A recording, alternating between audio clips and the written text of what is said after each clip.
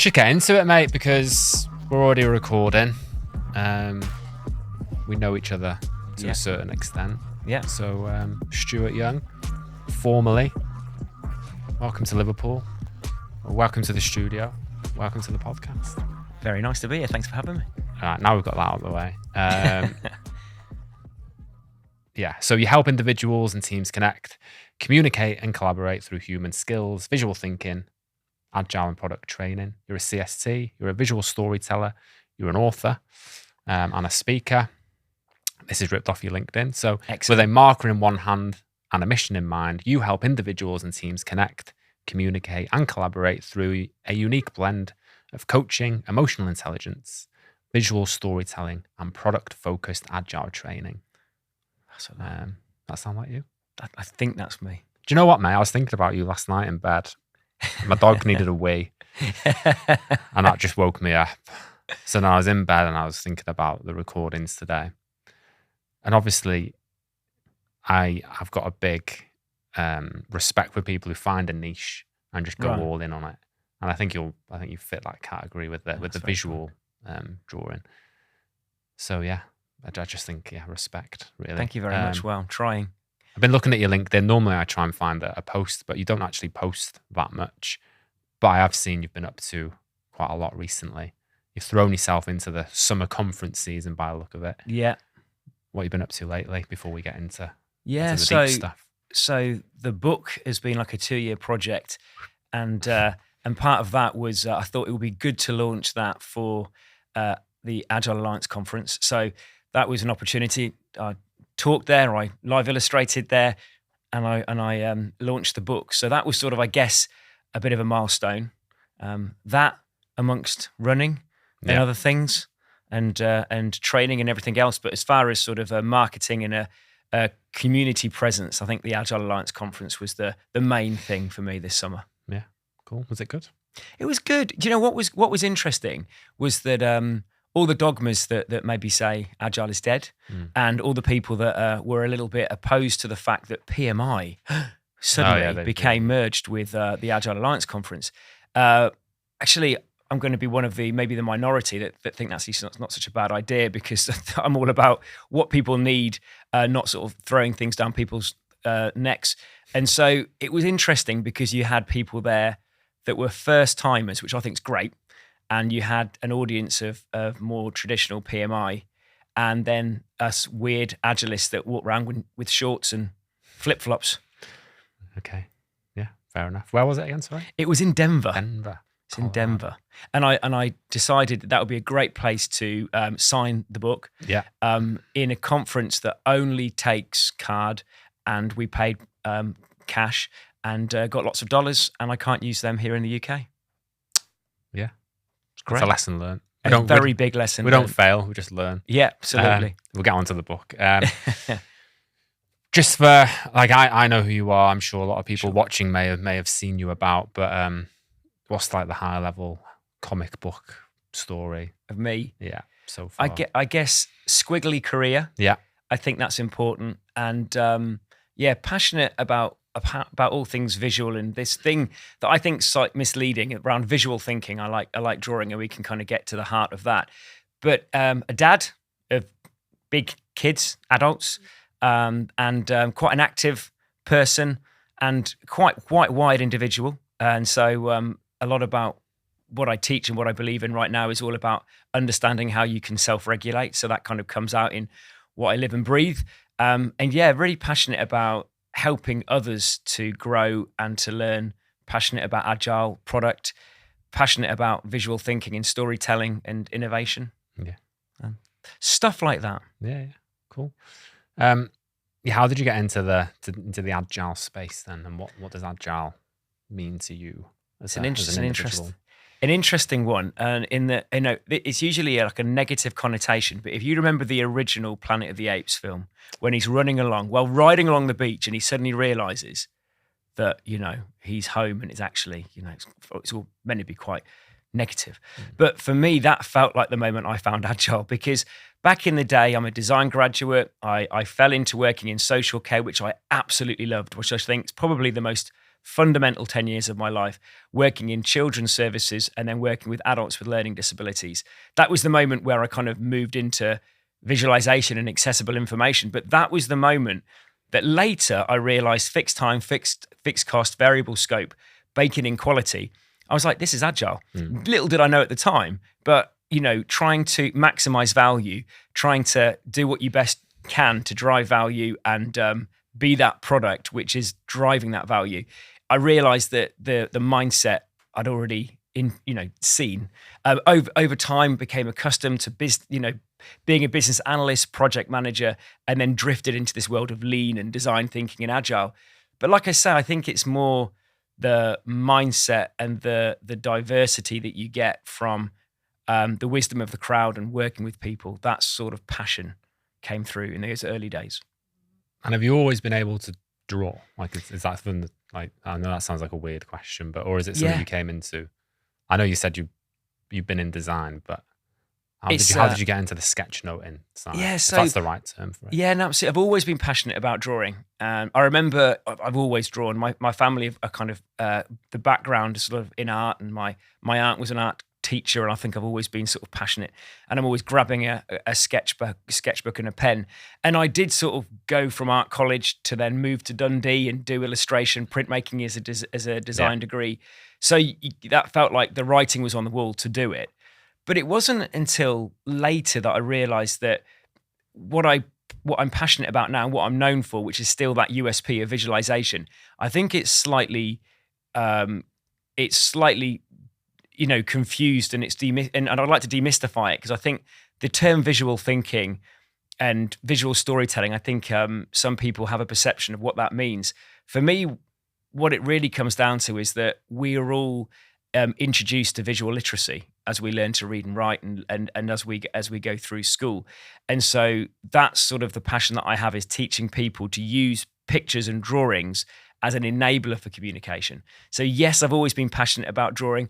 Yes, I teach people how to draw, and making things look aesthetically nice is a good thing, but it's always for me about communication over decoration and how it can be used in that sort of business space. And how did you get into the sketching conferences side of it? Was that just an idea? Did someone say, "Oh, Stu, you should do this"? Like, how did that happen? So because they're amazing, like they are. Well, there's a two-part question. They are sick, and we might be able to put a few examples on the screen. Asking very nicely over there. Thank you very much. Yeah. So basically, what I knew, what at the time was called graphic recording. Yeah. So I think early days, I remember going along to be a support worker in a day service, and that was meant to be the role. But you could tell the lady that was managing me, who's been one of those catalysts in my life. Actually, she said, "You're here to do a job," but I shared that passion of visualization, and soon that kind of transformed into running accessible information projects and going on a graphic recording course, early 2000s. So I was going off and I was doing it to support people with reading and writing difficulties to communicate. And my friend tapped me on the shoulder and said, "Do you know you can do this corporately?" And I'm like, why would anybody that can read and write need pictures on a wall? So we went off and I did lots of, whilst I was sort of moving and transcending into being a business analyst, which is a big shift left, to project management, I was also moonlighting and doing lots of live illustration or graphic recording in the pharmaceutical industry. And at the time then, I classed myself as the chocolate fountain of the wedding, in that it added no value. It was like a nice to have. I could have been juggling in the other corner. It was just that it's nice to have this visual. Yeah. And I remember there was no one really took much notice, but there was one moment, I had a moment where people had no choice but to look at the work as I was right by the door. And this guy clocked my artwork and looked at his friend, and he put his hand around this guy's back. And as he got closer, he said, "I find this stuff so distracting," which is very positive because it is. It's meant to be distracting. Yeah. And so fortunately then I was introduced to Agile, and where collaboration, not just cooperation, but true collaboration matters. And I kind of was learning how to become a true Agilist as best as I can, and I'm still learning. But also I kind of got into the fold of being in that Agile community. So, not just the Agile community, but I would say majority of what I do is in that space where it's totally embraced. Yeah. 2 questions. How do you remember everything? When Right. people are talking, Yeah. like how do you do that? That's what I've always thought. It's so. I was waiting for the 2 questions. I'll hold that one first. Talking about memory, Yeah. so I forget the other one. So, the Dave Sibbitt's a bit of a guru in the visual facilitation world, and he says that a picture helps with the retention of group memory. So first of all, the visuals help with the memory, but as far as me taking that information in, it can be difficult. But if there's 2 roles, if I'm visually facilitating, if I was coaching or training, then you take small snippets of information and then you work with others and you start using structure patterns to start taking notes, and Post-its are your friend when it comes to it. But if you're graphic recording and you're sort of more mute and you're just actively listening, what you're really trying to do is sort of synthesize the key points. And sometimes you might miss something, but you're ideally trying to sort of synthesize things. So again, it comes down to using structure. So you kind of structure out what's going on, and then using Post-its. And if you're drawing, for example, a keynote, and they say, I'm going to give you 4 key things you need to do to help an organization transform. That's brilliant. Yeah. So I go 1, 2, 3, 4, done. Selfish question. How do you, because when I've done training, which is where we first met, I don't know if you remember, you sort of signed me off, or one of the people who signed me off to do some training for a consultancy in London, but next door to the XL Arena. That's it, yeah. So I'm sure other people listening, watching, however they're consuming this, will be able to relate to this. You're in a training scenario and you want to draw something out. Yeah. But in your mind, you're going, hurry up, hurry up, hurry up, hurry up, hurry up. Everyone's waiting for me. 10 seconds feels like a minute. And then your drawing ends up looking shit because you're because one is panicking, trying to get it out. How do you control that as someone facilitating training? It's a really, really good question. I love that question. And you're absolutely right. That negative bias I get, and I get all the time. If I'm working virtually, or I'm working face to face, whether I'm at a flip chart or I'm drawing on an iPad, I have the same fear of that little bias that says you're wasting people's time. But I always remember something that one sort of attendee of a class said to me. They said, when you're drawing, I'm learning. So I thought, I'm going to hold on to that and try and fight that bias, because you're absolutely right. There is a danger that you fear that you're slowing down that learning. But it's such a beautiful, different way of expressing and educating. If you think about when you're training or coaching or providing information, it's as much about education as it is about inspiration and imparting knowledge as it is about entertainment. And I think people always provide me with a feedback, which helps me and reminds me that they really enjoy the storytelling. Yeah. So, yeah. You just put yourself on the spot, like, hurry up. Yeah. As a CST and someone who is in that world of agile training, both public facing and private, I've got to ask again, because this is about the consumer. What are your thoughts on the agile training market? I'm going to not lead you. I'm just going to keep you. Yeah. What's your thoughts on the agile training market? I've got lots of views. I think the problem is a lot of people have views. I think there's a huge misalignment between what customers want and need and what educators, trainers, not just CSTs, perceive that they need to deliver. And I think there's an obsession with AI. There's an obsession with different types of learning, whether it's learning on, learning in your own time, videos, etc. My feeling is that that misalignment is making people panic, and people maybe competing on price. We're seeing different pricing, but there's no proof that customers want cheap training. I think for me, I try and ensure that it's more about the experience. It's all about it. If you now as we know with the advancements of technology, you can consume the Scrum guide and you can turn it into a video and someone can watch it. Okay, easy. It's only 13 pages. But I could say the same about, well, if you just want to read the guide, you don't need training. So for me, it's an experience. And I'm not saying I'm the experience. I like to create conditions in which people like to learn. As I mentioned earlier, I'm as much about entertainment and education. And so for me, the experience of learning and sharing is key. So that's my thoughts. I think that I think that I find myself this year saying more and more so with different movements, I'd rather be a pragmatic project manager than a dogmatic agilist.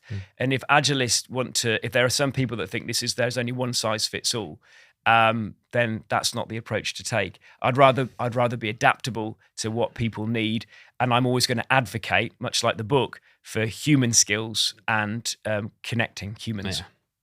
And we'll put your upcoming courses in the description and that. But just so people know, what courses do you do?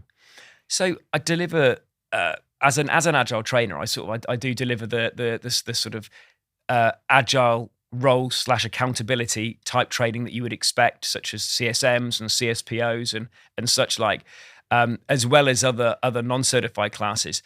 But the big passion I have at the moment, and really coming from my background and where I'm going and my journey, is all around facilitation, emotional and intelligence, psychological safety, and things like that. So that's the key to what I like to deliver. Yeah. So lovely transition.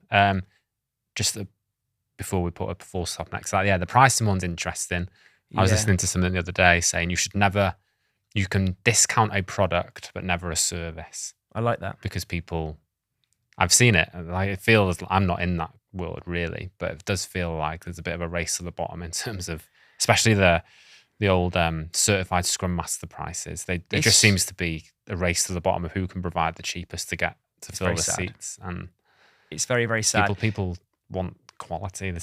Sometimes I run after weekend classes as an experiment, and I do all sorts of things, and I'm still holding on to the integrity. And I have 2 people on a class. I've nearly had just one, and I've never cancelled a class. I always respect the time that someone's registered for a class. I never cancel or reschedule or anything like that. And fortunately, right now I'm that's. And I each to their own on how people operate. I think it's a free world, and I respect that fully. But yeah, for me, I'm all about trying to deliver the right experience. In fact, someone came to me recently and said, I think this would be a great experience, but sadly, I'm going to have to. It's all about price. And I was like, okay, I can't argue. But I imagine you're bringing something a bit different as well with the old visual learning stuff. Does that incorporate? Because correct me if I'm wrong. Yeah. If you're a CSC, you have a bit more autonomy over the content rather than Scrum.org. That's right. Who I think maybe someone will correct me is a bit more rigid with what the trainers provide. Absolutely, there are some sort of frameworks and there are certain certifications and certification bodies that will provide you with the content, which again, in some respects, people could say that is at least showing validating quality, because you've got the same slides, that. But for me, it's not to do with the slides; it's to do with the experience. Yeah. So as a CST via the Scrum Alliance route, you're absolutely right. You get your course sort of approved, so to fulfill those learning objectives. So you've got there, as long as you're sort of fulfilling them, you can then take things your way. So absolutely, I try to embed more of the visual storytelling and the visual thinking and other elements. Yeah. So back to what you said before, one of your top focus areas at the moment, human skills, emotional intelligence, facilitation. I've typed here, what does that mean? But I suppose it's more, why is that important to you at the moment? So for me, there's this obsession, which is not a bad thing. Again, I think it's good. It's a good obsession around technology. Everybody seems to be talking about AI, and I think that again, I think that it's important for all of us to be embracing technology and the advancements of technology. Yeah. But for me, it all comes down to being human, and in the creation of the book that I'm working on, it's been more like a therapy session for me and the co-author. But I'm learning more and more about myself, and it really is founded on emotional intelligence. So that was popularized by Daniel Goleman. And in the 25th edition of his book, he actually says that with the advancements of technology, there is going to be a premium on people with advanced human skills. So it's not just a nice to have, but it's all very well, people's roles and jobs are going to be changing considerably. But we need to double down on the things that make us human. So emotional intelligence is all about understanding your self-awareness, and I'm always trying to learn how to improve and self-discover and grow, and your regulation. And once you've got that nailed, which is a lifetime mission, you're then looking at social awareness and relationship management. What do you mean by regulation? So I'm rather wired. We're all different, which is beautiful. We're all different. One thing that one of the most important, poignant moments in the last couple of years for me of learning, and I'm not saying that everybody should go down the line of therapy to do self-discovery, but I think it's a useful way of doing it. One thing I learned and found out and discovered, and it sort of directed me and drove me to get clinically diagnosed with ADHD, was I have ADHD. Yeah. And the writing was on the wall. But what I realized, especially being a trainer and educator working in a virtual environment at home, that it was difficult to kind of sometimes manage your energy. And I never realized why I need to go for a run. I need to go for a swim. I need to do something. And that's the regulation. So that's the best way I can express self-regulation is if you want to come to work and be the best version of yourself for you, as well as for the people you're supporting, coaching or training, you need to know how to regulate. And that doesn't mean you have to do marathons and weird things that I like to do. It could be meditation. It could be so many things, but that's the regulation. Yeah. Just thought I'd ask because I didn't know. That's the whole point of inviting people on. Yeah. Again, you don't have to talk about it or go into as much detail as you want, because I didn't prepare you for that because I didn't know. The ADHD diagnosis as someone a bit older. Like how was that? How did? So there's two things that happened when I was finally diagnosed with ADHD. When I told people, the response was generally no shit. So the writing was on the wall. But there was two things. One was a moment of sort of a little bit of sadness and sorry for that kid that was misunderstood. I felt like going back in time and going, "You're going to be all right." So that makes me quite emotional thinking of that. But if anything else, it just gave me a euphoric feeling of understanding and self-awareness, and sort of and it's sort of a bit of a rub, giving yourself a bit of a pat, kind of going, it all makes sense. So it's been useful as an adult. And I love a quote by Simon Sinek, and because he was not self-diagnosed, I think clinically diagnosed like myself as an adult. And he said that you've got to take strengths and weakness off the table and consider attributes and characteristics. And that really resonates with me because it's not, it's not sort of Jack, the coach, the trainer, it's Jack, it's who you are when you come into a room. And people, you're not just an educator or a trainer, you're who you are. And so that's what I've learned from the ADHD is with all those strengths and weaknesses, it's taught me how I can try my best to enhance those power skills. I don't always get it right. Yeah. I mean, as an example, there's in Denver, there's great feedback. There was people stopping me in a lift saying, "How did you learn how to do public speaking? How did you find the journey of finding out about ADHD?" There was a queue of people wanting to sign the book, and then one of the feedback elements from one of the attendees was far too fast. It was crazy. Slow down, right? So we're all trying to improve ourselves. Yeah. We'll get onto the business side and the freelance side, but when you were diagnosed with ADHD, were you in a permanent position then? Like, did you ask for any sort of amendments or things that the workplace can do to help people in your position? My team at the time, I'm now work for myself, my own company, but at the time I was working for a corporate organisation, and I think that actually working virtually in some of those kind of work environments make it harder. Yeah. But I think I'm very lucky to have said that the team that I was with were very understanding and aware. And I think that awareness is useful. And I think that's a sort of call to action for anybody that sort of gets online and does a daily stand-up or just has a very small sync is how you conduct and how you communicate with somebody else and how you make them feel. So that awareness, I think, was sort of rubbed off on others, and there was some support in that respect. But like I say, at 46, I've already created all my hacks and how I deal with it, and I'm still learning. But I think that awareness of anything was the sort of supporting function from my company. And why did you go after a formal diagnosis? Do you know, I didn't need to, but at the time I was getting therapy. We had private healthcare. No longer have that. It's a nice thing. I thought I'm going to get right on this, and I had a kind of a really interesting year's journey with a therapist. Highly recommend to anybody. And towards the end, I sort of said, I think I have this. I think I have ADHD, and the therapist was like, well, yeah, you probably do. Do you need to know? And I said, yeah, do you know what? I think I do. And there's two reasons. One is that the things that I'm passionate about, humans, psychological safety, communication, and all those sort of things that resonate with me.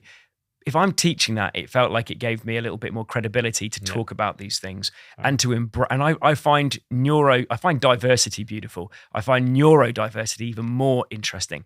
And I don't want to be that person that talks about something without having a bit of skin in the game. Yeah. Fair enough. Thank you for answering them. I didn't prepare you for that. No, that's good. I like it. I appreciate it. And I'm sure the people watching, listening will.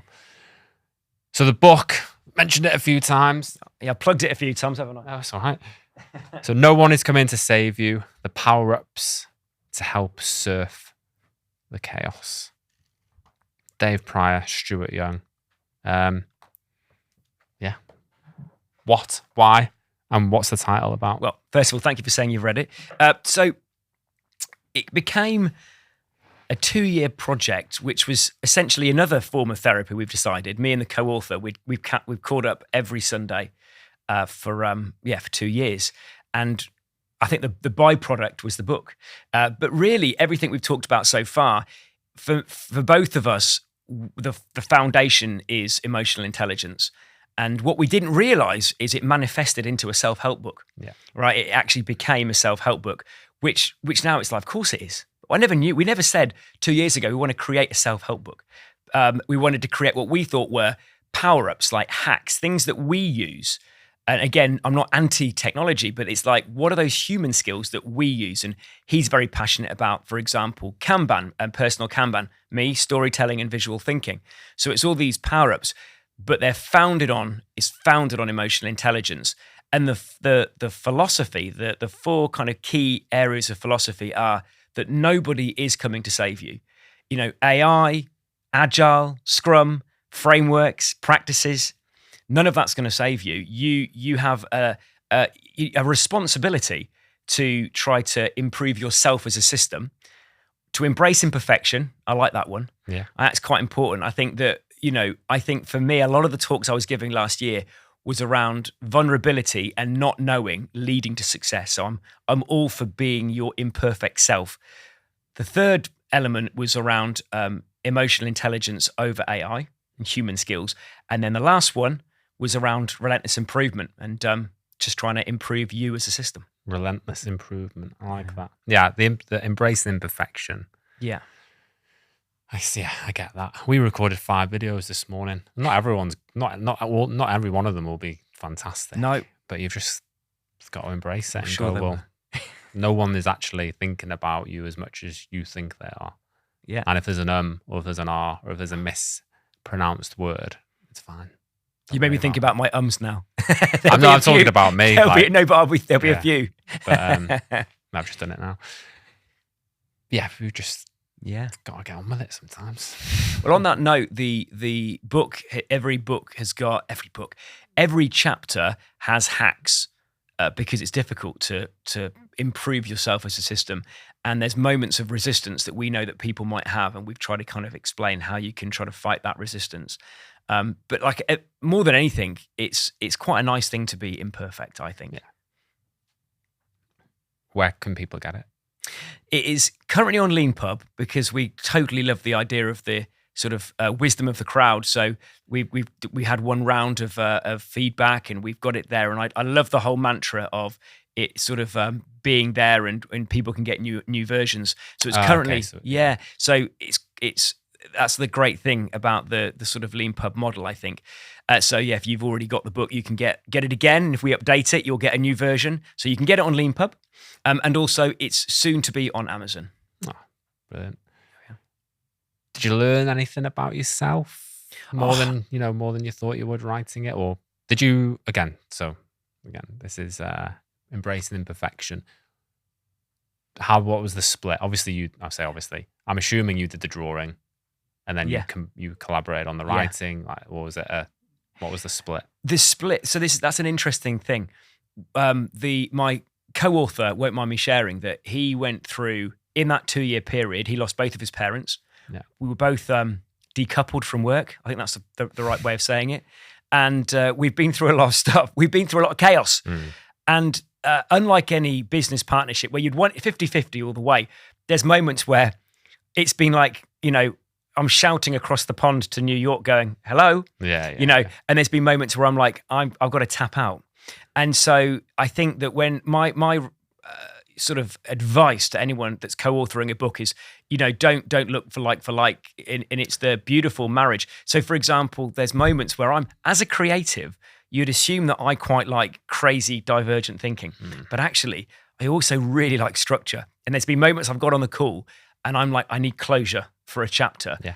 And Dave's crazy. He's worse than me. As far as squirrels and herding cats, we're both all over the place. Not a good idea having two divergent thinkers writing a book. Yeah. And he's taught me that when I want closure and convergence and he's going wacky, that those two sleeps were worth it. So I've learned that I need to embrace time and sleeps and thinking. So I've learned so much. And I did do the drawing, but he wanted to prove his imperfect self. He doesn't think he can draw. So he drew live in the conference because of that exact reason. So yes, the drawings are mine, but the writing and the conflab is both of us. And in fact, we've broken every single publicist's rule because there's different fonts for his imperfect self and mine. I like that. And he's got all the Americanisms and I've got all the Englishisms. Not so keen on that. But I can relate to it because I'm not even plugging now because we've sold out. So whoopee to us. But working with three other people on this conference, I think I wrote a post about it. Like believe it or not, there's a certain persona that I lean into on LinkedIn, which isn't, it's 20% amped up, but I am quite neurotic in that, others wanted to concentrate on the merch and the experience and whatever else. And I'm like, I'm all in for that, but we need to sell the tickets first. Yeah, absolutely. Because as of recording, I'm away for 2 weeks on Sunday. And my mini goal was always like, get rid of the tickets before I go on holiday. Because then I can lean into that. I can think about the conference. I can think about the experience. But until I had that closure of we've hit the minimum of the tickets, they're gone. The other three can now go away and think about all of the good stuff that they want to. I just need to step back for a couple of weeks. But it is interesting working with other people because we can be quite insular. Well, I can be quite insular, and it's my way or the highway. So it's been interesting. Like, quite relatable to co-authoring a book, I imagine. So over the past year or so, you made the jump into running your own business. To be honest, I assumed you'd been doing it a lot longer. I didn't realize you'd been I thought you were an associate of your old place. Yeah. It's a big jump. Yeah. Like, did you get gently nudged into it, or was that always the plan? Yeah, I think that I'm not getting any younger. You don't look 46. Well, thank you very much. Thank you very much. So I think that I like. For me, one thing that I've never wanted to do was work for myself for the simple reason that I do totally embrace agility and feedback and learning from others. And I don't want to have any cognitive bias that I'm doing the right or wrong thing. Yeah. So I've always enjoyed and I felt humbled by working in a team. But that didn't stop me from really wanting that moment to fly and try. It's scary. As I say, the book is all about understanding myself, and I wake up with anxiety. I've learned that's just my condition, and that helps me. That drives me. And so there's been moments of of joy and, moments of being a little scared. But I've enjoyed every minute. I'm surprised of how much I've enjoyed it, how much I've enjoyed the autonomy of working with good people and trying new things and running experiments. And weirdly, for somebody who is more of a panicker, it's really exciting to sort of see how it sort of evolves. You've put in the reps though, mate. Like your reputation and all of that stock, for want of a better phrase, you've put in over the years. That's kind. I'm not surprised that it's gone well, to be fair, because you've put in, like I said, you put in the reps, you put in the miles. It's been a good first year, and I've basically embraced saying yes. But it's just that. But thank you. The opportunity to work with good people and people asking you to work is humbling as well. So long may it last. Has it been mostly training, consulting, mixture of both, conference? I'd say training? mostly training, and again, leaving my ego at the door. I'm running my own classes and have my own ideas. Yeah. But a lot of the work that I'm doing is getting behind somebody else's, B2B work, is sort of working on behalf of someone else, and I'm absolutely happy to do that. I think that's what a lot of people do. Yeah. Like there's nothing wrong with that. Yeah. I mean, as long as you've got the autonomy to still do what you want. Yeah. As long as it's not, as long as the what do they call it? The prime company. As long as they can relate to your values and you both align. Yeah. There's enough. I think there's enough out there for everyone to share. Absolutely. And I'm trying to sort of diversify with the visual, strategic visualization, as well as training and coaching and consulting. So constantly trying to morph and learn how I can make sure that I'm aligned to the needs of customers. Yeah. Have you been shocked by like how hard or easy it's been, or? One thing that happened to me and at the beginning was I got complete administrational overload. It's interesting what you were saying about trying to be, controlled and getting everything done. Yeah. It was only, I've got a friend who's a creative, who's a videographer, and he said, all you should be focusing on is doing what you love doing and getting paid. Yeah. But I got absolutely obsessed with accountants and all of the administrational side of these things, which is important. Sorry to cut across. I think, I don't know your friend, but I think that's fair enough. But personally, I've worked with so many contractors through Everyday Agile who do what you do, and they work through us on a client, and their admin is just terrible, and it makes them harder to work with, to the point where I go, I would not work with you again because you simply cannot get your invoice in on time. Right. And because that's not a hard thing to do when people are saying, well, I'm a business owner. Well, get your fucking invoices in then, mate. Because that's part of running a business. So that's my I agree 2 pence on that. And it's great waking up with anxiety because I am never late Yeah. for anything. Yeah. And that's the beauty. And maybe this is a weird thing that I like. Maybe it's not everybody's thing, but I quite like reconciling my accounts. Oh yeah, I love that. I love the great. satisfaction. I've got to do it tomorrow. our business year ends tomorrow, and that's the reconciling accounts has become a guilty pleasure. Yeah, I love it. It's like a satisfaction of matching them up.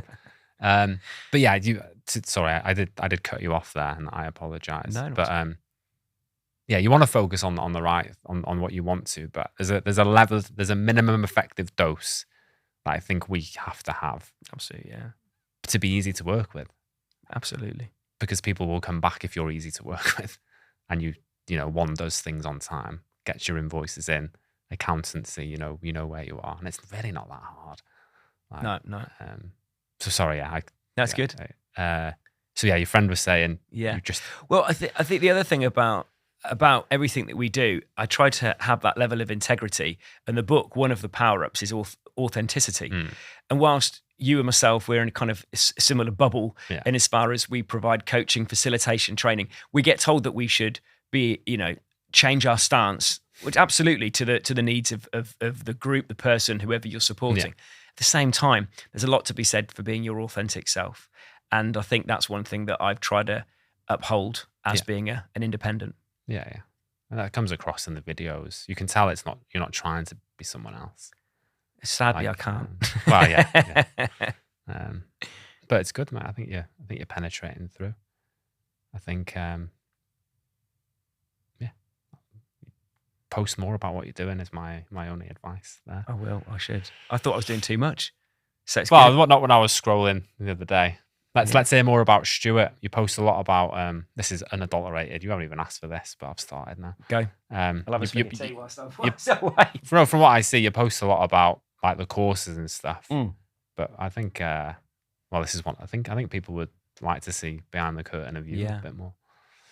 And that's coming from someone who doesn't show anything really. But I think people would like to see you because you're It's interesting, isn't it? Because I mean, I did share a sketch note around my ADHD journey, and although I embrace and try to encourage other people to embrace imperfection, you do wonder whether people see difference and diversity as weakness.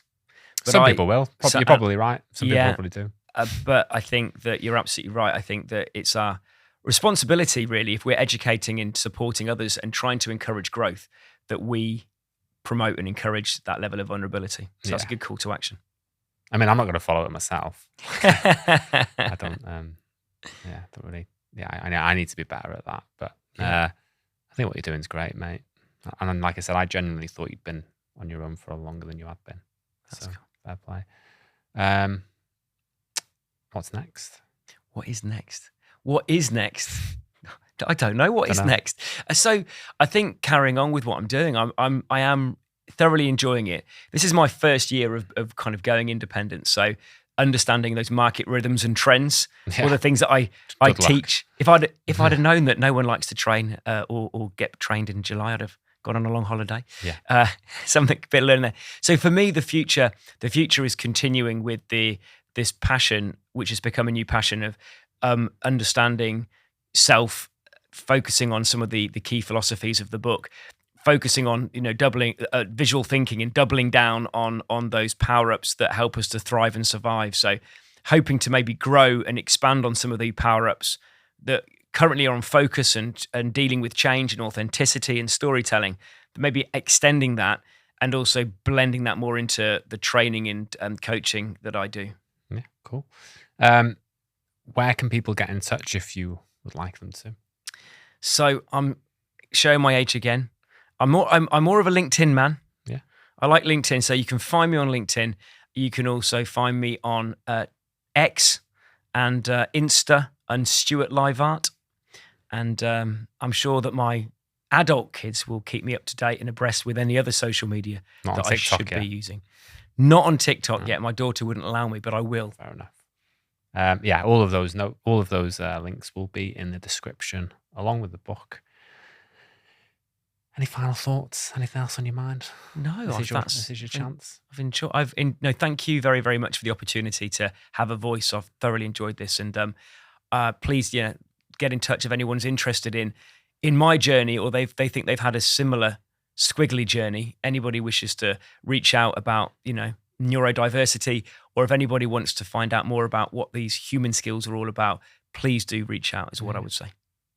Thanks, mate. Thank you. If you like this video, there'll be another one that YouTube recommends, probably around there. If you like this one, I'm sure you like that one. There'll be another interesting person which I'm talking to. On to the next one. Thank you.